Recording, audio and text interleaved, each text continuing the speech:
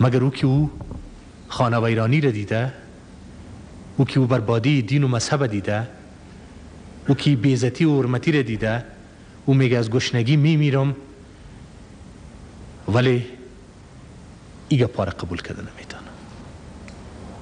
و عملا شما دیدین 5 ماه گذشت که مردم افغانستان با وجود تمام مشکلات صبر و حوصله و شکیبایی از خود نشان دادن، در راهی از اونا نرفتن.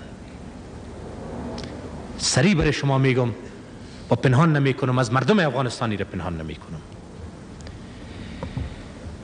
که قبل از عودت قطاعات محدود اتحاد جماهیر شوروی مردم افغانستان فکر میکردن که ملامت ماستیم.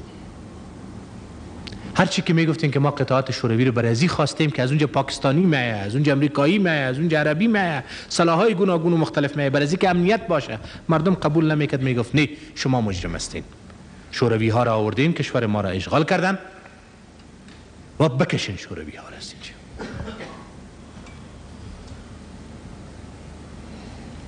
همدردی و پشتیبانی مردم با اونا بود، از شما پنهان نمی کنم میره.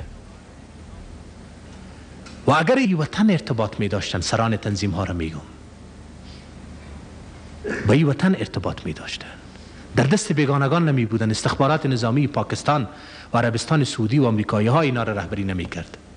و نمو روزی که شوروی از اینجا برآمده بود، یک اعلان می کردن که برادران ما برای آزادی وطن خود می جنگیدیم، شوروی را کشیدیم، آل دیگه برادر خود را، فرزند خود را، خواهر خود را و مادر خود را نمی کشیم، وطن خود را ویران نمی کنیم. این ما سلا بر زمین گذاشتیم. ما قاتل اولادهای از این وطن نیستیم، از برادران خود نیستیم. نجیب انتخابات را اعلان کرده، ما میریم که تش انتخابات میکنیم. و برای شما می آمد و میگفتن که ما آزادی شما را گرفتیم، ما شما را دیگر نکشتیم، بگوین برای کی رای میتین، بگوین برای کی رای میدادین. اکثریتتان برای امون رای میدادین. مگر استقلال خود نداشتن،